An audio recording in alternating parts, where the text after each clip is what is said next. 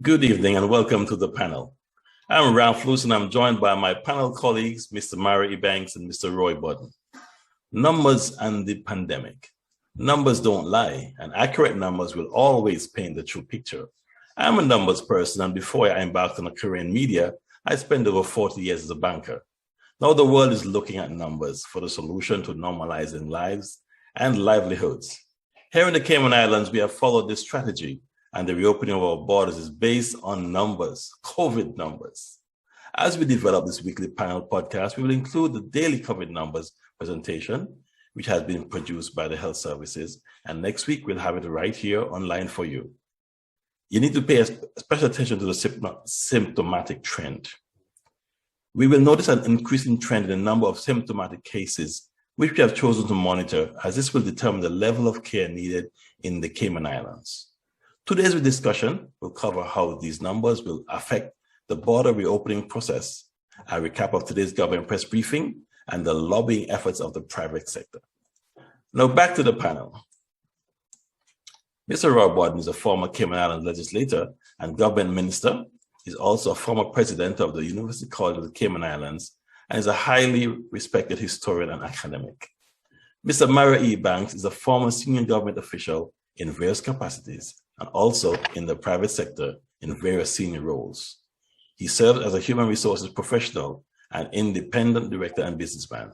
For years, he has been active in the community and politics and continues to be a public affairs commentator and contributor. Good evening, gentlemen. Good evening, Ralph, and welcome to all of our viewers. It's great to be back here again. Good evening, Ralph, and welcome. Welcome. I Thank must warn you that my bandwidth is low, so I just hope I can remain connected. I've dropped a few times recently, so let's see what happens. Well, things seem to work out with the panel. I'm sure you will find. Reopening of the borders on November 22nd.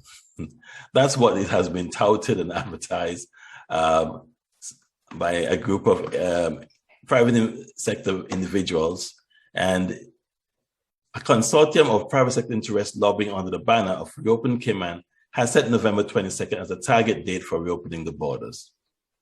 Making their case that Cayman is ready to reopen, the group, which includes many high-profile business representatives, is inviting the public to support their call for November 22nd reopening by pledging their support, seen as a form of petitioning.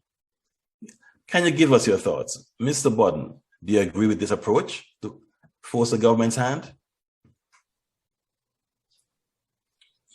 Well, let me put it this way. We have to begin to live with COVID.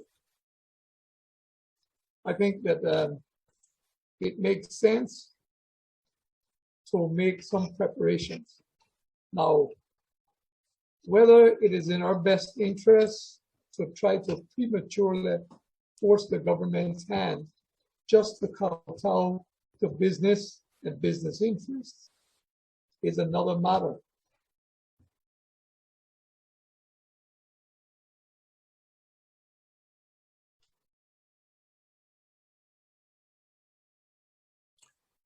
Mr. Mario, can you jump in at this point? Yes, since Mr. Roy is having some bandwidth issues out there in the country in Bodden town, I'll go from the country here in West Bay with my flow connectivity, which is hopefully is better. Anyway, I'm sure he'll rejoin us. The group that you're talking about, Ralph, that is doing the reopening lobbying or whatever you want to call it. I know most of those people, and I like a lot of them. I just don't know exactly though. I haven't seen the pledge. What is it that we're asked to pledge to do? Is it just to support the reopening on the 22nd of November? Or are we also pledging to abide by all the protocols? We abide by the masking. Are they also saying that everybody who can be vaccinated should be vaccinated? And are they also setting out some kind of rules or suggestions for the quarantine? So I haven't seen or read the pledge. I only heard about it. And as I said, I don't know whether the government, whether they are actually also advising the government, whether they're sitting as part of this committee, or whether there is a public-private sector consultative council or committee that's been formed to now put all of the pieces together for a new reopening date. I just don't know exactly what's going on. And I think that is a issue, Ralph, that a lot of people have so far, is that the information is not getting out there. Yes, there's quite a bit on social media, but there's not a kind of cohesive communications plan. And the messaging is a little bit disjointed. And when you have disjointed messaging, you get a dysfunctional organization. When you get a dysfunctional organization trying to reopen an economy, it is a recipe for disaster. So I would say that the best laid plans without a proper communication and messaging causes the strategy to suffer. Now, today, as you know, the 14th of October 2021 was the date that we were supposed to move to phase 4. And this is the plan that was put forward by the government a few months ago, safely reopening the Cayman Islands economy. And phase 4 was the 14th of October, and that's today. And phase 4 was paused, as you know, a few weeks ago when we had the community spread. And but let me just remind us what phase 4 required. It said that the quarantine requirements will be removed for all securely verified vaccinated travelers. It is anticipated that the rate of local vaccination will be substantially adequate to allow for a safe increase in tourism and further relaxation of restrictions. That was phase 4, which is supposed to come into force today. My other question, Ralph, is when we do the new date, will the new date, whatever that is, whether it's November the 15th, 22nd, or whatever, will that new date then be the continuation of phase 4, or will it be drifting into phase 5? So those are some of the questions. I know today at the press briefing, you tried to probe that a little bit more to get some further details. Yes. And we understand from the Honorable Premier that next week there'll be a further press briefing, which I hope at that point they will lay out the plans, lay out who's in charge. As I said before, he talked about the program board. Yes. And I don't know if you know who's on the program board, what's their remit. And whether they have different subcommittees of it, I just don't know. So I don't know if you know. But well, it's made up of a number of civil servants and stakeholders, from what I understand. But we'll be finding out more of them, in the near future. But I must say that the press briefing went well today. I think the Premier was very straight with his answers. And just to talk about the reopening, which is what we're focusing on right now, it so happened that he did say and promise that he will give 1 month's notice before the reopening will be held. And he said at the next press briefing, which is probably going to be next week, he will announce that date.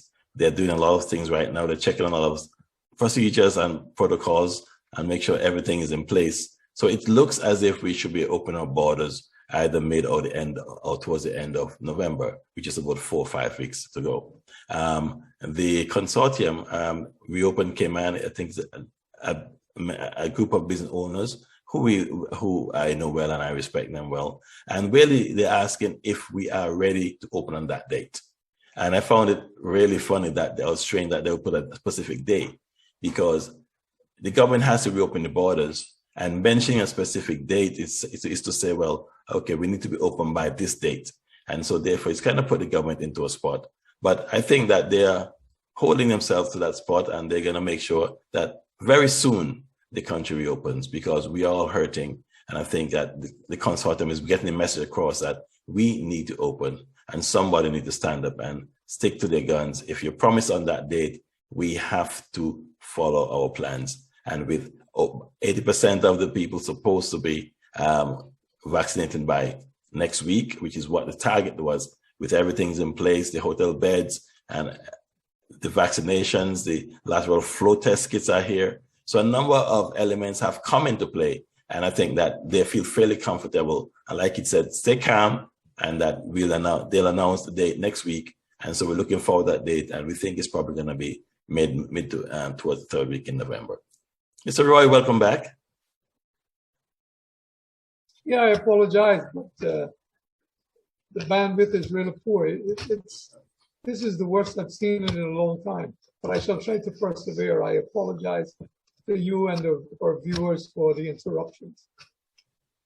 Okay, yes, we were actually talking about the reopening and the impact that the consortium or the Reopening Cayman is having on the government's decisions. And I felt that this was one of an encouragement to say, well, okay, we need to reopen very soon, and it can't be waited till the end of the year, and maybe 22nd of November is a good date.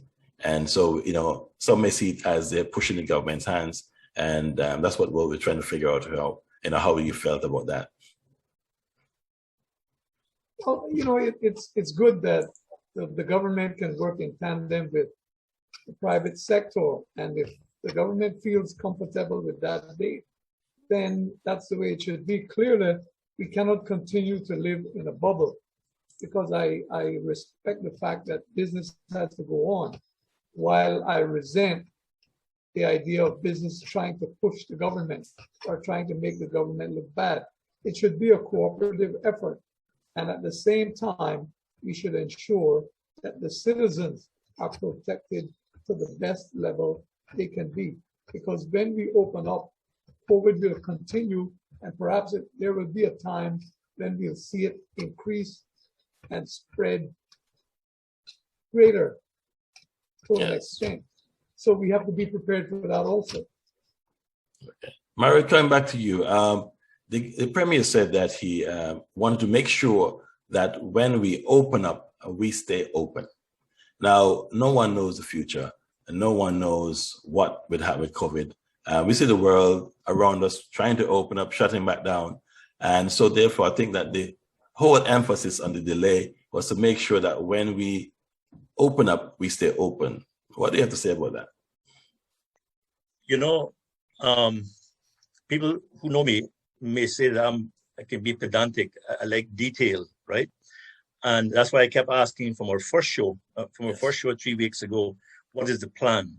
Who is in charge, right? And I'm hoping that next week, and I'm hoping that tomorrow's program board discussion that the Premier talked about today that's going to be made to the caucus or cabinet or the senior people in government, that this program board will outline their plans and strategies, that they'll have a flow chart that talks about the various scenarios. And they've done some tabletop exercises, and they have looked at the different scenarios, and they have a flow chart that gives you like a decision matrix, that, you know, a flow chart in computing or whatever. You know, you take this decision.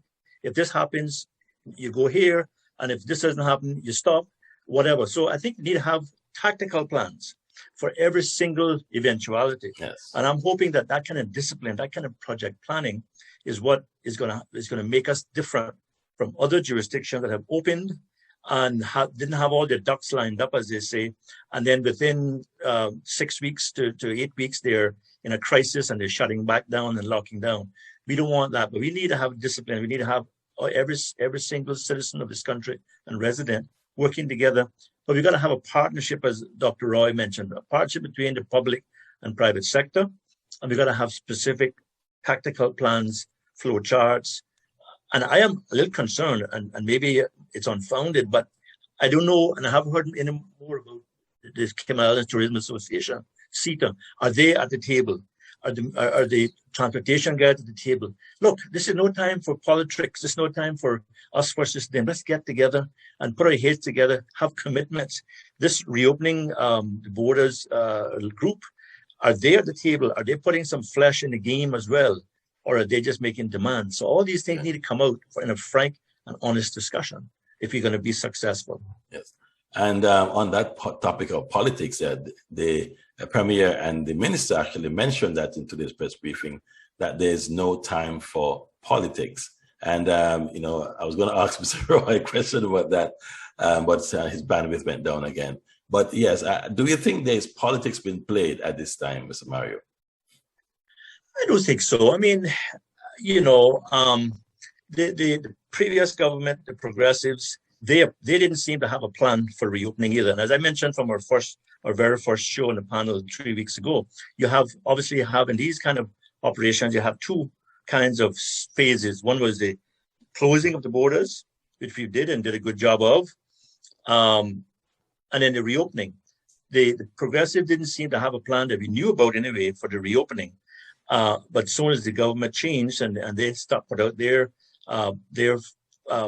phase, 6 phases or 5 phases of the plan, then the progressives came up with their objection. So some of that is just part of politics, right? So you'll have some of that kind of banter going around, people trying to upstage the other one and take advantage.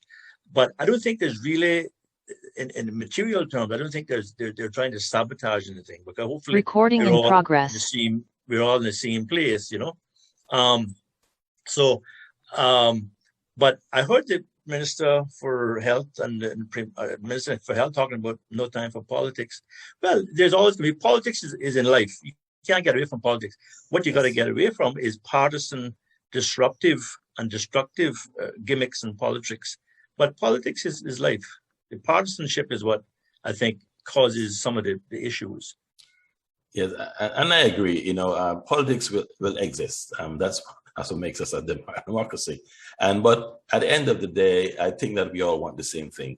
And you know, there are different opinions, there are different ideas, but that just keeps us on our toes. Because if you have someone, I think the Premier even alluded to that today, it's good to have someone debating with you, pointing out things, you know, trying to ask questions, but that's what makes it happen. And we cannot see everything. And that's why I'm happy to be here in this forum and this platform to talk about these things, because there may be something that they never thought about. And if we just sit quiet and we have an idea and we don't say, let's talk about it, then no one will ever know. And so we encourage our viewers, our listeners, wherever you may be, to write in, send your notes, you know, on the feed or by texting us or writing on the YouTube or your Facebook page. What your ideas are, what your thoughts, what questions do you have? Because we need to make sure it's in all our interests that when we open the borders, we stay open. We have hurt too long and the economy needs to get going. Even businessmen who have done well over the years and long time are now suffering, and the whole country is suffering. We're going to have discussions about how it's impacting our employees again, because it's so important that everyone depends on the economy getting going again. And of course, we understand we have to save lives. And I think we've saved lives. And we've done a great job of that. And the statistics show for themselves. So I think we're in a very good position. We have no lives to spare, but we have things in place to make sure that if anyone gets sick, that we can take care of those people. So the final question on this topic is, are we ready for reopening? And should the government get ready to go forward in the next couple of weeks? What is it? One of the important principles in all this is a principle or something called group think. Group think, as you know, Ralph, is where a group gets together, but they have a dominant person or persons on that group. Nobody wants to challenge that person, right?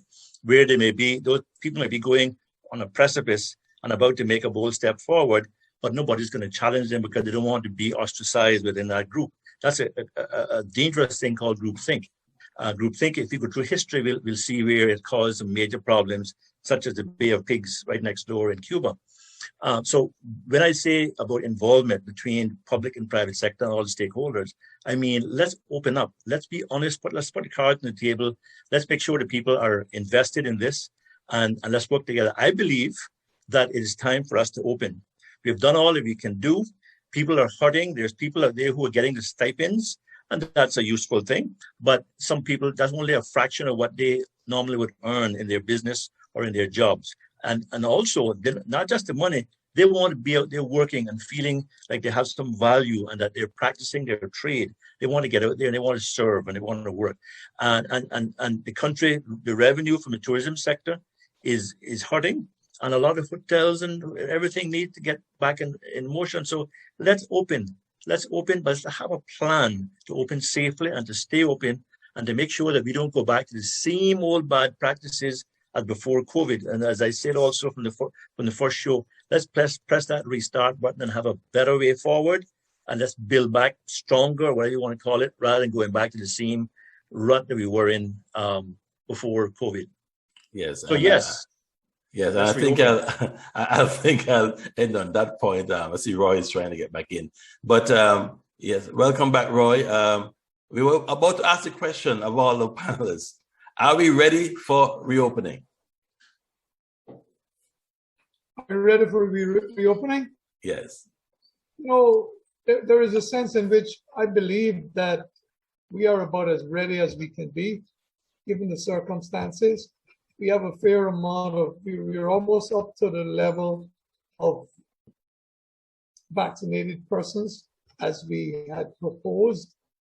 And I think there is a sense of responsibility among the community. We're getting accustomed now to wearing masks again and practicing our social distance. So yes, I think by the end of the month we'll be ready, or by the end of November we'll be ready. Okay, so we have 3 yeses tonight, gentlemen. Very good, Mario. Yes. Did you realize that during COVID, right, the last year or so, people hardly got sick with the cold and flu and stuff like that? Yes. Because people were being more careful. Yes. Of course, you didn't have the numbers of tourists in either, but people were being more careful. They were doing, taking care of their health, their immune system. They were washing their hands, and they were being very much more careful. And you hardly hear anybody cough anymore. Yeah, that's because, and I think that this thing could be an awakening for people to say we have to be more. We got to take care of ourselves better, our health. So, yeah, I mean, I think that we can make it happen, but everybody has to get on the same page. That's right. Go ahead. It's an awakening. It's an awakening, Mario, as far as hygiene and taking care of our health is concerned. But of equal importance, are we ready for the economic changes it's going to bring? Because I'm disappointed. I don't think that enough has been done to train and retrain Caymanians. And again, we're going to open up, and the business people are going to trot out the same old excuses. They can't find local labor, and we're going right back to where we were in square one as far as the economy is concerned, and as far as Caymanians benefiting. That is where we are going to be losing. That's where we're going to be falling behind. Health-wise, I'm confident that we're going to make it. But when the economy opens up, our Caymanians going to be getting what they expect and what is due them. And I'll bet my bottom dollar that they will not be. Yeah. They won't be any better off. There's been no retraining. Still, for all the bluster of the Tourist Association, what did they do to prepare the workforce? Did they have any retraining courses? Did they offer any seminars, any refresher courses? No. All they did was blab and say, you need to open now, we're losing money. The same set of foreign outside people that were running things before, squeezing out Caymanians, are going back to their old perches to do the same thing. And that annoys me. And that's where I'm looking to the government to hold them to account. Well said, Mr. Roy. Just to say that we have the panel here now, and we'll call these things out when they do happen. So, like everything, you need checks and balances. And I think we have one of those checks that we'll have an eye and see what's happening. And we can have guests appear on this show as well. And I will try and get the president of CETA to come on. He already agreed to come on board one night. And so we'll see how that goes from there. If you can't get him, if you can't get Mr. Lance, get Teresa. Oh, that's definitely. When he comes, tell him. Ouch. I'm so sorry. Roy had just bad problems. But we'll catch up with Roy again when he comes back on, and we'll get him to finish his comment. Just to move on a bit, Mario, and what I want to talk about next is quarantine. And this is where we've moved past the closing. And the same question we were talking about, the point you made earlier, is that what happens then? We open the borders, and what happens then? What's in place to protect us so we don't have to close down? And so I know there are a number of steps that have been taken, And maybe we could have some discussion on what those steps are. At one point, you had to do a test when you arrived, and then that was stopped, and then you did it before you board the plane. But now, once we go to opening our borders and you don't have to quarantine anymore if you have the vaccination, then what are the protocols in relation to quarantine? What do you think there should be? Before I go to that, Ralph, could I just add a point to what Dr. Roy just talked about? Of course. The training and stuff. I mean, I think that the Tourism Association probably had the intention to do some of this. They were trying to work with the WORC organization to do something. It just didn't happen, you know, and for whatever reason, it didn't happen. But the crux of the matter is this, in my opinion.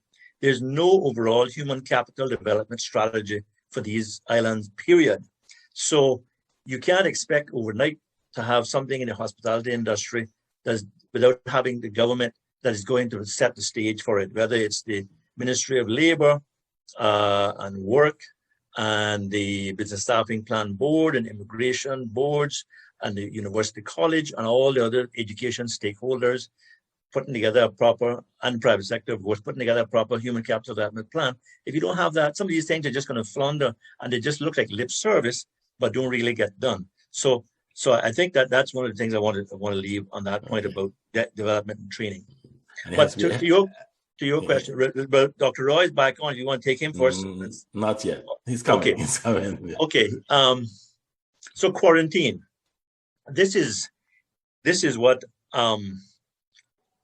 I have said all along, is that you have to have your flow charts, your tactical plans, and you have to outline what they are, who's in charge of those, and how to communicate and message those, and how to enforce and hold people accountable for those. Without having those basic building blocks, you can have any kind of theoretical system, but it's not going to work because people don't know how it's supposed to work, what the penalties are, and there's no commitment. So I don't want to sound like a Thursday evening armchair quarterback, but my point is this, that having proper plans is where this all begins. And I'll give way to Dr. Roy since he's back on, if you don't mind. Dr. Roy, you were making a point before your bandwidth left us. Can you just continue, please? I was saying that when the people from the Tourism Association comes, I hope that they're going to bring their plans to tell us how they are going to accommodate Caymanians back into the tourism sector, and how many outside workers they anticipate that they're going to be needing. So those are basic information that they should have at their fingertips in order to be convincing that they're ready. They're ready. I don't think they are, because they've done nothing to prepare Caymanians. So going back to what you were just speaking to Mario about, I am still waiting to see someone in charge overall. You Ralph, called it a czar. Who is going to assume responsibility? Who is going to take the mantle? Because it can't be the political directorate and it cannot be the governor. Who is going to be responsible for trotting out the plan, the architect to tell us this is what we're going to do from a medical standpoint. This is where we see things going. I'm still waiting for that person. Well, we'll keep asking. We'll keep asking, and we trust that very soon they'll show up. And I think that the government is listening. They want the same thing that we do, I'm sure, and so hopefully we'll see someone come up. I'm optimistic. But we can't manage the opening up on an ad hoc process. Dr. Lee is going. So I have not heard of anyone who has been appointed to succeed him. So where are we going? We're going to wait till he goes and then come and say we don't have a plan. The public should be aware of this from now. We should have the plan. We should have the person saying, this is the route we think we are going. And like Mario said, here is the plan B. Here is our fallback plan. What if 3 weeks after we reopen, we have to lock back down? Where's the alternative plans? What are we going to do? I don't hear any of that stuff being discussed. The question was asked today at the press briefing, actually, who's going to replace Dr. Lee, and the minister said we will be hearing that in very short order. So we expect to hear that probably in the next couple of weeks or days. But it's in the works, I understand. We don't know who it's going to be, but hopefully we'll hear that soon, and probably that is the person that we're looking for. Just to get back to, Mario, just to get back to the quarantine. So we're trying to understand what the quarantine requirements should be if they're going to work, and how do we protect our, our residents. And what we noticed in the last protocols was that people were breaking quarantine. And so is quarantine the responsibility of the government or the individuals or the Caymanians who live here to make sure that we do the right thing? And this is the point I'm trying to make here tonight, is that quarantine is something that we all should understand and see the benefits of it and find out why we should be doing quarantine and isolation. It's in our best interest to do the right thing. And so I think that is something that needs to be discussed, is be driven home to everyone who's listening, that for us to stay safe, for the borders to be opened, and for us to stay safe and protect our kids, we have to do the right thing. And it means that if you see somebody not following quarantine procedures or protocols, we have to report it. But we all have to know what is the right way to quarantine and what is required of us. If there's going to be a test to be taken, whether it's a lateral flow test to be taken, whether we have those things in place. And like you said, a flow chart to give us some information. And that's what we hope will come very soon. Can you add something there? Yeah, I mean, I'm going back to this document here that was put out by the government, the 5 phases of the plan. Now, as I said at the beginning of tonight's show, the panel, and before I say that, I just say that I've been getting a lot of good feedback from viewers, Ralph, on the panel, and I think people are quite enjoying the high level of discussion that we have. So congratulations on coming up with the idea. I'm happy to be a part of it. But looking at phase 4 of the plan that was supposed to come into effect today, October the 14th, that said that the quarantine requirements will be removed for all securely verified vaccinated travelers. So when we open on the 22nd of November, if we do, if we do, yes. Yeah, if we do, is there going to be quarantine or not? Now, the airlines are saying, and the people in the hospitality industry are saying, that it's unlikely that visitors, especially from North America, who typically come for 10 days visit, are going to want quarantine for 5 days. Those who are coming from Europe or the Far East, if they come, they normally stay longer. That's been the traditional kind of profile. But so do we have a quarantine, or do we have the PCR tests 72 hours before they leave, and then we have a test here when they arrive, and then you have the lateral flow test that they can do in their hotels and condos for the next 5 days, and then of course but that has to be monitored. And this is where I have the other issue, manpower. Is Travel Cayman going to be the coordinator and the enforcer of all of this? What role does the Department of Tourism play? What role do the other security agencies play in all this? So if we're going to have a quarantine, we're going to be faced with potentially not opening the borders because we're going to have a lesser take-up of arrivals. If we have one, if we don't have it, then we have to have all these other things in place as additional safeguards. And the lateral flow tests, the rapid tests, is certainly a good option.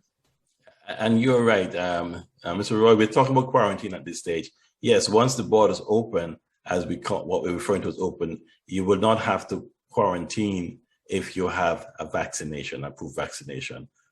But that also needs for quarantine. And as we have seen, there was tremendous community spread recently, and we had more positive cases in our communities than was from the travelers. So as someone mentioned before, the travelers aren't really the problem.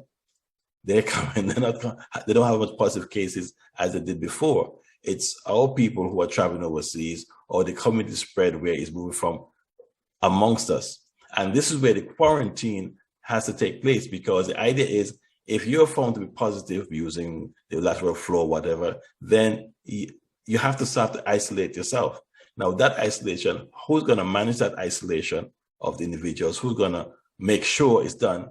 And when we have different areas in the communities or different districts have positive cases, as we can see happening now, who's going to monitor those households that do have to quarantine for maybe 5 or 10 days?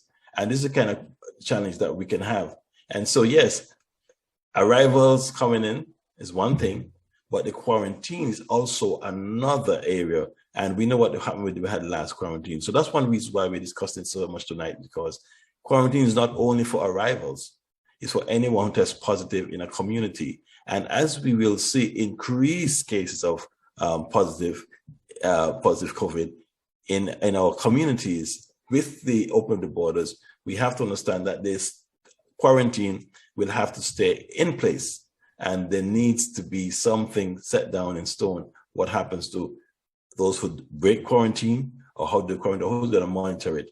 And I think it goes back to the individuals, their responsibility to their family, their friends, and the community, that if you're positive, you need to follow the protocols. And so that's why quarantine is such a very serious topic. You know, the issue about quarantine and enforcement. I'm going to sneeze. My first sneeze in 12 months. I have to get your lateral flow test tomorrow. Yeah. It's amazing. I have my tissue right here, though.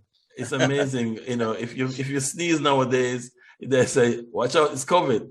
But exactly. Sometimes we have allergies sometimes, and dust flies through the air, or cigarette smoke or something like that. That's right. Yeah. You're safe.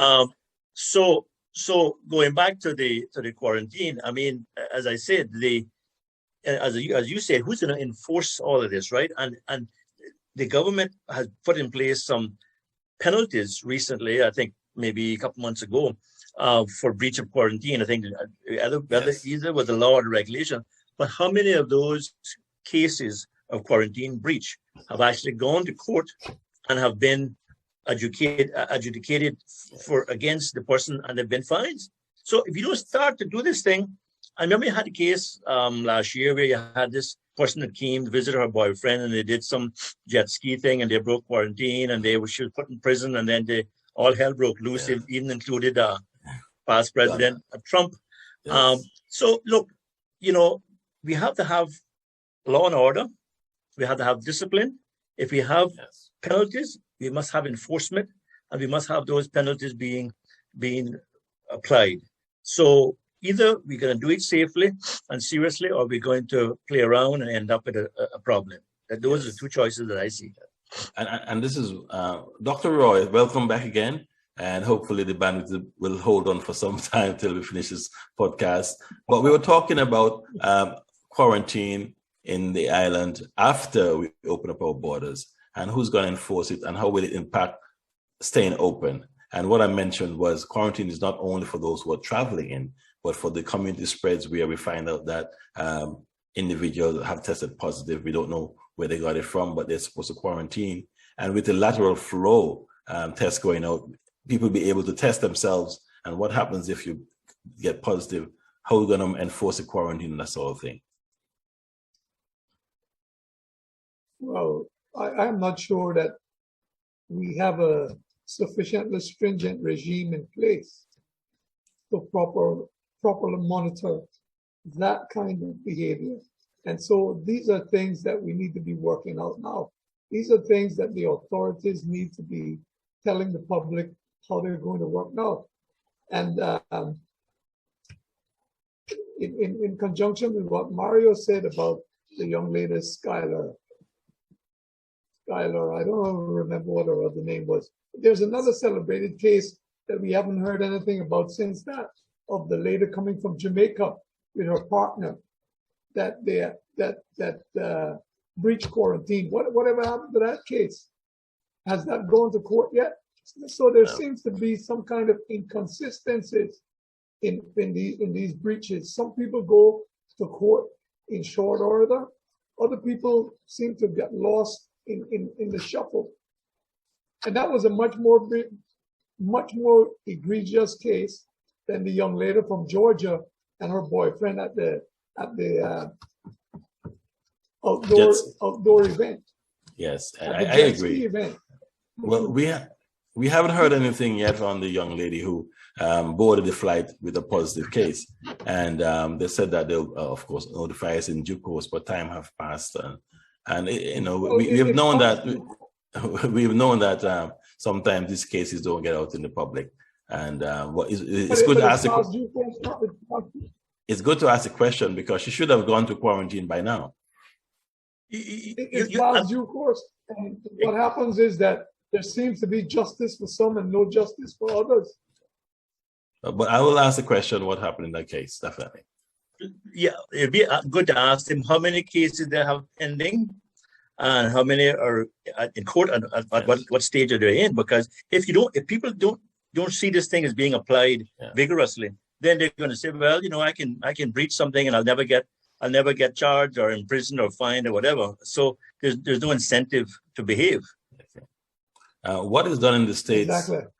If you break quarantine? Do you get arrested, or there's no quarantine period for anyone? You get sick and you go to the hospital, doesn't matter. Is it open for all? Dr. Roy, do you know what happens in the States if someone is positive? A lot of it depends on the state. A lot of it depends on the state, and because the governors are usually responsible for these kinds of things themselves. In California, it's serious. The breach of quarantine is serious, and to flaunt the regulations of not wearing masks and stuff, they're serious about that. Some other places you go in the deep south, like Alabama, and these other places, no, they don't. As a matter of fact, they're against it. So it depends. The United States does not have one law covering the whole thing because the states, rather than the federal government, regulates these things. Yes. Well, I hope that sorry. Mm-hmm. Well, we shouldn't have to follow their fashion.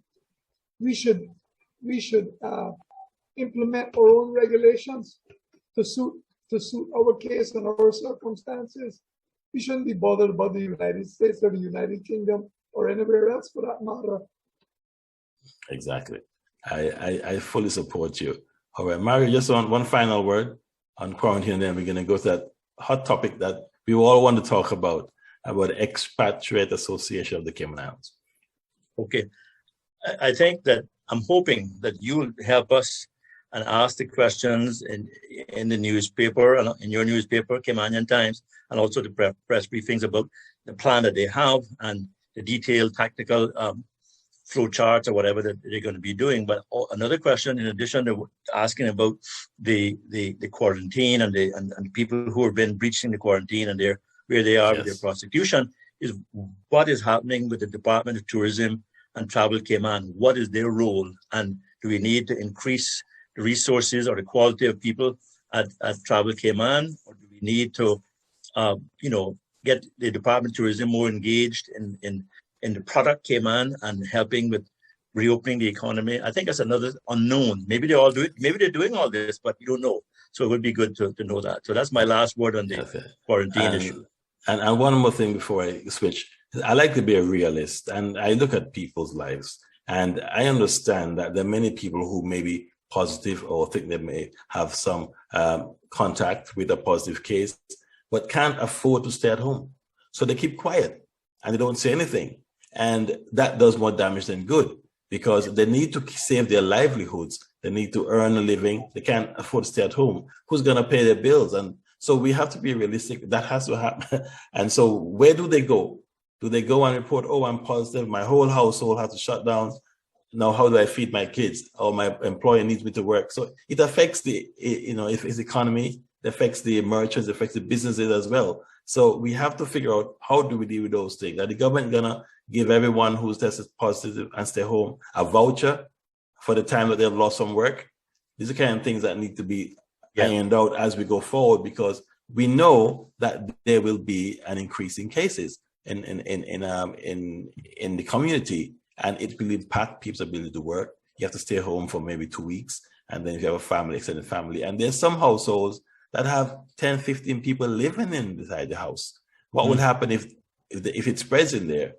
All those people are not going to work. There's going to be some challenges. So this is what, some ways to look at. I mean, in the private sector, you have a labor law that allows 10 days per year sick leave. Yes. So if somebody hasn't used their sick leave and they're quarantined, I suppose that the company should be able to give them the time as sick leave on pay. Government also has done this thing recently where they're providing some financial assistance to people who are isolated or quarantined as a result of exposure as well. But again, it needs to be looked at carefully because it's some serious money, and it's expensive. It's expensive. Yes, so anyway, that's my. Roy, you want to add anything to that? What do people do if they have to work? I don't think that I need to add anything. I think that you all have covered that very well. Okay, let's move on. Mario, you made a point before we came on that about the article we wrote, that this formation of this association can be divisive, can be it's not going over well in the Cayman society, where this group have formed an association for expats, and they have been publishing press releases, and some of them if you read them through, you can say that they're threatening, have a threatening attitude. Can you speak to that? Yeah, let me speak to it. And I don't want. I'm like Dr. Roy Bodden. I don't want to dignify those people that have set up this group called EPACI, Expatriate Association of Cayman Islands. I don't want to dignify them by talking about them, but at the same time, I don't want people to think that by silence we're condoning what they're doing and that they can get free rein, because it says that evil can only prevail if good people stand aside and do nothing. And I never stood aside and do nothing in all my life, even though it's sometimes expensive to speak out. But I like your article that you wrote in the paper about them. And first of all, I don't know if they're a real organization. I don't know if it's fake news, because they put this name out of a Steve. I don't know who the Steve is from Adam, and whether that's somebody who lives here, who lived here, or who is disgruntled and no longer lives here, or whether it's some group that is elsewhere that's just trying to create division and disrupt our beautiful tranquility. But there was a release that they set out yesterday, Wednesday. It says press release statement. And it came up from the same Steve at epaci.ky. And it talked about some of the issues that they have. And I just quickly read some of the issues. They said here that some of their objectives, some things that they're looking at is, number 2, assess the relative UK taxpayer-funded spend here in the Cayman Islands. They also say that they want to assess the relative comparison of rights of both Caymanians in the UK and expatriates here in Cayman. Number 4, they say they want to support and encourage an independence referendum. And number 5, they have it as number 4 again. They got 2 number 4s here, which speaks a lot about their ability. But their number 4, which is number 5, says that they want to campaign in the UK to remove the FCO as a supplier of the governor and make this an elected position, elected by UK expats living in the Cayman Islands. Now, this is a joke, really. I mean, it's really far. I mean, it's ridiculous. But if it's serious, and if it is formed by people here in the Cayman Islands who are working and living amongst us, and they form this association, I think it's ridiculous. And I think that they should all get up and leave, or they should say, I am not a part of this, and this is not how we believe, because they're saying this Steve guy, whoever he is saying that he says, membership now stands at 741 members. Now, where are those members? Are they living here, or is that just something that he made up, right? Now, I'm a little concerned also that the Honorable Premier and His Excellency the Governor has not said anything about this association as yet. Now, maybe they're thinking also that they're going to not say anything and it'll all go away. I think that if we're going to reopen our borders and remain a beautiful, safe, peaceful jurisdiction, we have to promote unity and tranquility, not divisiveness, as this group here is seeking to do, as far as I can tell. So We need to have Caymankind. Caymankind means continuing that culture and heritage of Caymanians and expatriates working together and working for the common good, Caymanians getting, of course, the preference. This disgruntled group seems to have a problem with that. And I would like to say that if this expatriate association of the Cayman Islands, in fact, is an association, they need to be registered as a non-profit organization or as a charity under the non-profit organizations law of the Cayman Islands. That's required. Nobody is above the law.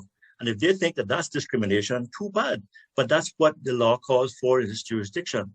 They need to be registered, and they need to disclose who their officers are, and they need to disclose everything that's required under the non-profit organization law for all charities and associations.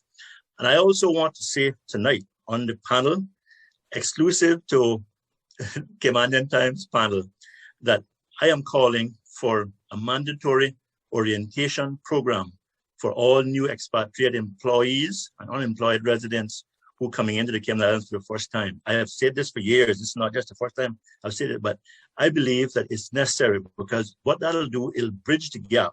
And people who are coming in, because we're getting a lot of people coming into our country now that are from different countries, all from far ends of the world, of the earth. They don't know about us. They come and nobody gives them orientation. They don't know our history. They don't know anything about us, but they are on the front lines of our tourism industry or business community. And I think we need to have a mandatory orientation program that's done by the employers and also offered by government, as they do with the teachers who come in here in the public system. So they'll get an orientation into our culture, heritage, our laws, and what makes us tick, so we can work together in tranquility. And finally, on this EPACI organization, I would like to tell that Steve, whoever he is, I'd like to tell him what Ronald Reagan told Mikhail Gorbachev when he stood at the Brandenburg Gate in Berlin. He told Mr. Gorbachev, tear down that wall. I want to tell Steve tonight, tear down that wall of the EPACI. It is divisive, it is ill-informed. We don't need it in the Cayman Islands. Let's work together. If you mean well to Cayman, let's work together and forget about this nonsense that you're putting out in these press releases. That's the end of my statement on this point. Thank you, Mr. Mario. Mr. Roy, you have anything to add to this? Well, a couple of things that strike me as peculiar about this organization. First of all, membership seems to be clouded in a veil of secrecy, which tells me that it is either a subversive organization or it is something not worth all the hullabaloo that is being made about it. If it is subversive, that's a matter for the authorities. If it is just hot wind, it will blow off as I expect it will. What I want to say is even more graphic and sobering than what Mario just said. Check the history of colonies and colonialism. These kinds of organizations create a backlash for every political action and activity as that which has been created. There is an equal and more forceful reaction. So if this expatriate or these expatriates insist on forming this organization, I can tell them what they will be doing is whipping up nationalistic sentiments that they will be sorry they awakened and aroused them. Check the history in every colonial country and see if that is not the beginning of the end. It is time to remove the divide, us and them. And if these people are so blind that they cannot see that, then they will fail. As to what Mario was saying, I call it cultural sensitivity training. It should be mandatory for every organization to have at least one module of cultural sensitivity training. And in all fairness, I must say there are organizations who are doing it. I have been approached in the past of helping people do this. So there are conscientious organizations who value both the local and the foreign employees, and they try to have some cultural sensitivity training. The vast majority, I believe, take it for granted and they just operate on an ad hoc basis and don't do anything about it. But I think that you shouldn't be overly concerned about these person or this person who's trying to form this expatriate association. They will soon find out that they have awakened the ire of Caymanians, and they'll be surprised at the response they're going to get. I will leave it at that. And if you want to hear Caymanian Times view, you can pick up Caymanian Times newspaper tomorrow. And I think we have a 800-page, 800-word article that speaks to our thoughts on that. And we can have further conversations, but we have a few seconds left here tonight. And we want to wrap up on something very important, just to give an idea of what's going to happen next week as we move forward. And we want to talk about the talent in the Cayman Islands. In the last couple of years since we started Caymanian Times, we found space on our front page for the Caymanians who have excelled. And there are numerous editions where you see Caymanians who have become lawyers, doctors, but we don't celebrate our people enough. And we took the opportunity to make sure that we found space in our front page to celebrate those people. And so next week's panel, we'd love to talk about the talent in the Cayman Islands that have gone far. Even if you look in the government staff complement, there are many Caymanians who have excelled and reached to the top. And I think we need to celebrate the talent in Cayman Islands. And it's not only in the government or in the banks or in the law firms, but also in music and entertainment. We do have young people who are excelling in their fields of music. And I think that there's so much talent here that we need to sort of promote them, encourage them, embrace them, and help them go higher. Mario. I want to end by asking the Honorable Premier and the Governor, just as they did when they joined the Gay Pride Parade and went and tried to create tranquility and inclusiveness, yes, come out against this EPA-CI organization, because this is dangerous and they need to come out, as they did with the other one, promoting unity, come out with this and say to them that is not on, and they discourage it. The Governor and the Premier needs to speak out against this. But I want to say in closing, and I'll give Dr. Roy the last word tonight, because he always brings words of wisdom at the end, but I want to end by saying and use a quote from Sir Winston Churchill, where he talked about during the war, World War II, that this is not the end or the beginning of the end, but the end of the beginning. Let's work together. We can do it. Thank you very much. Good night. Thank you. Mr. Roy. Yeah, I want to footnote this business about the Expatriate Association by saying that I've been sensing for some time now that the old Cayman is dying and a new one is struggling to be born. And in that interregnum will come dangerous men.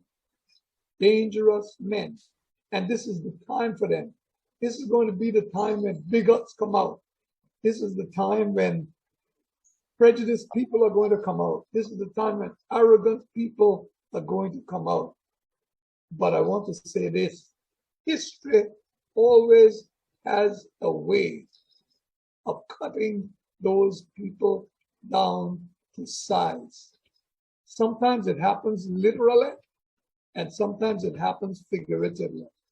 If this movement of these ill-advised persons, if indeed they are real people, persists, they are going to see a side of Cayman that they have never imagined.